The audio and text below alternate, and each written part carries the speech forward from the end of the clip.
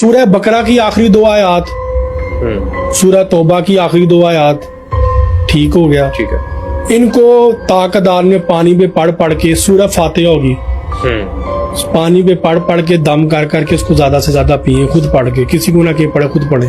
जब आप खुद पढ़ेंगे ना तो आप उसकी एनर्जी लेवल ही कुछ और है।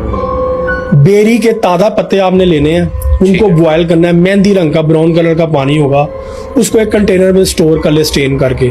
ठीक है। रोज शावर लें, साबुन से नहाएं, उसके बाद बाल्टी में थोड़ा सा वो पानी डालें बेरी के पत्तों का, उस बोतल को फिर भर लें, वो कम नहीं होगी। बेरी के पत्तों की उस पानी की स्मेल जरा अलग होगी, आपका दिल खराब होगा, आपको अजीब लगेगा, लेकिन कोई बात नहीं। बेरी के पत्तों का थोड़ा सा पानी बाल्टी में डाल लो, उससे आपने शरई गुस्ल करना है, इस्लाम में जो गुस्ल का तरीका है मर्द और औरत का, उसके अकॉर्डिंग आपने डेली बेसिस पे गुस्ल करना है।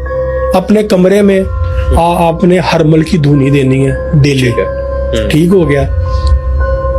सबसे जरूरी काम सदका दें।